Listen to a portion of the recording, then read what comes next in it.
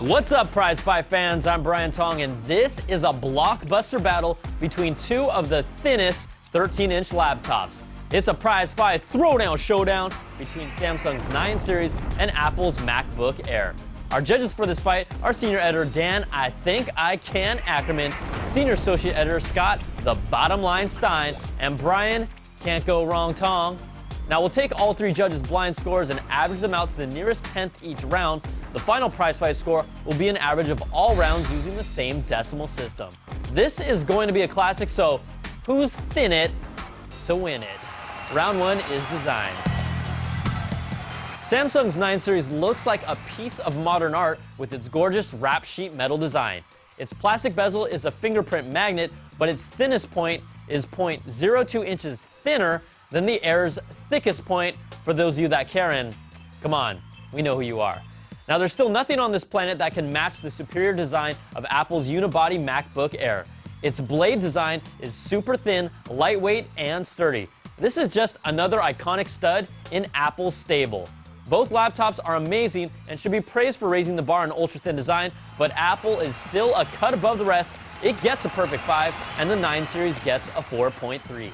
Next round is features. Samsung's 9 series just brings it when it comes to features with a Core i5 processor, double the RAM at 4 gigs, and a backlit keyboard.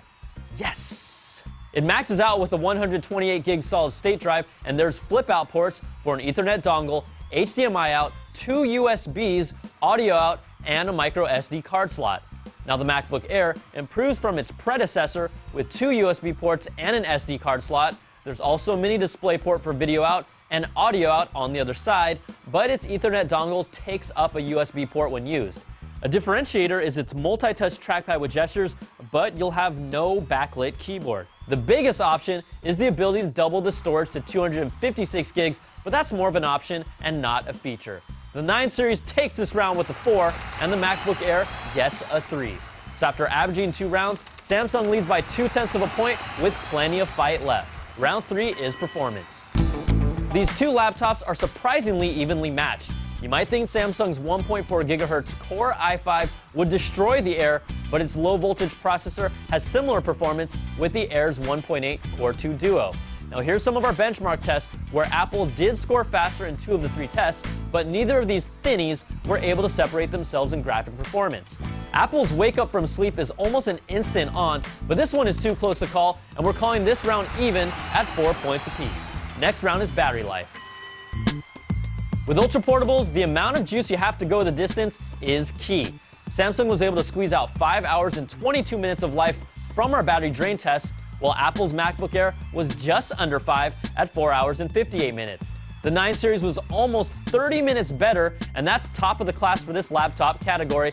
It takes this round with a 4.3, and Apple gets a 4.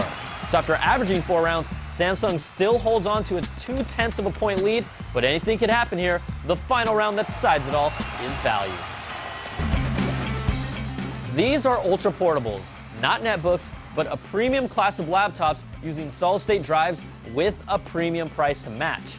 Samsung's 9 series will cost you, get ready for this one, $1,649, which makes Apple's pricing look like a bargain. It'll scare consumers initially, but there's more to it. Now, I purchased the coverage plan for all my laptops, and the Samsung price includes 3 years of warranty. Now, Apple's MacBook Air at $1,299 isn't the cheapest for a 13-inch, but again, that's not why you're paying attention to this. You can double the hard drive to 256 gigs, and you'll still be cheaper than the 9 series at $1,599. But the Air only comes with a 1-year warranty, and it's $249 to get AppleCare's 3-year coverage. That puts these two in the same ballpark, but $1,649 still scares people. Apple takes this final round with a 4, and Samsung gets a 3.